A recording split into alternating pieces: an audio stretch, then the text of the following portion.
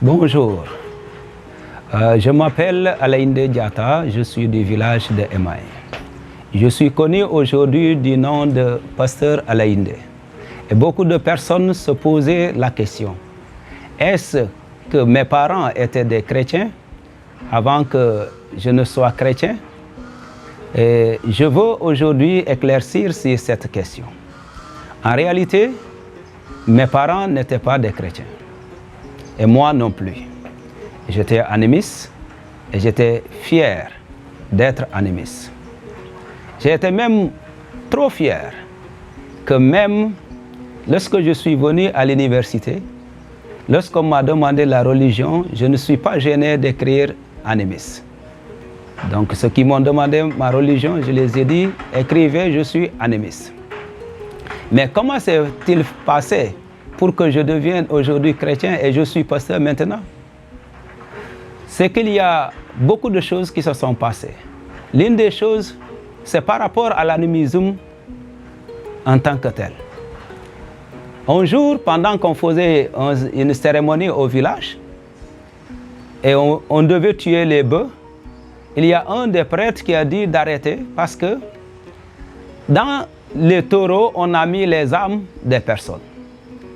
Et ce fétiche était censé de protéger tous les habitants du village.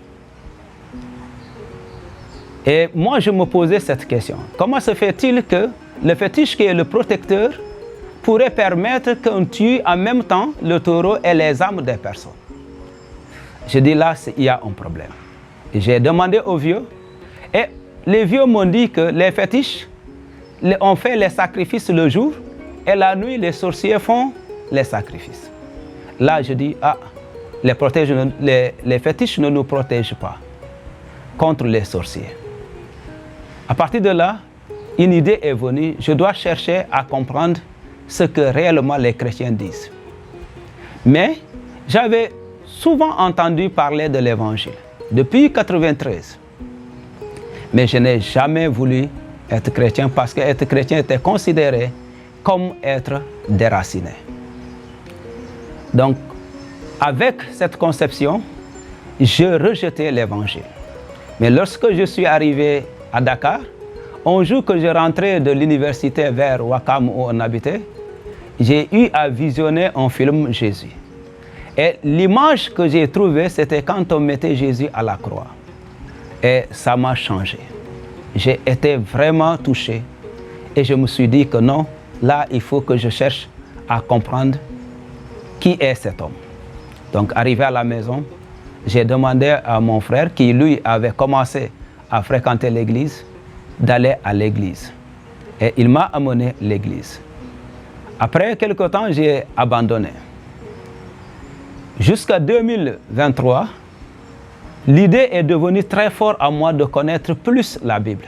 Et j'ai rencontré un frère qui avait une Bible. Je lui ai demandé, est-ce que je peux connaître mieux ta Bible? Il m'a dit, il y a un pasteur qui est venu commencer ici, tu peux aller parler avec lui. Quand je suis arrivé, la première question que j'ai posée au pasteur, comme il est de notre région, c'est par rapport à la question de fétiche.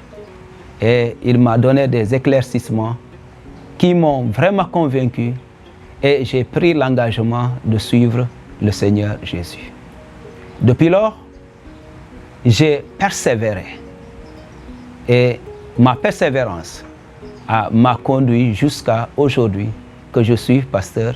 Et beaucoup de personnes pensent que depuis longtemps, même mes parents étaient des chrétiens. Non, c'est moi qui ai accepté le Seigneur parce que j'ai vu que c'est la vérité, c'est le chemin qui mène au ciel. Que le Seigneur vous bénisse.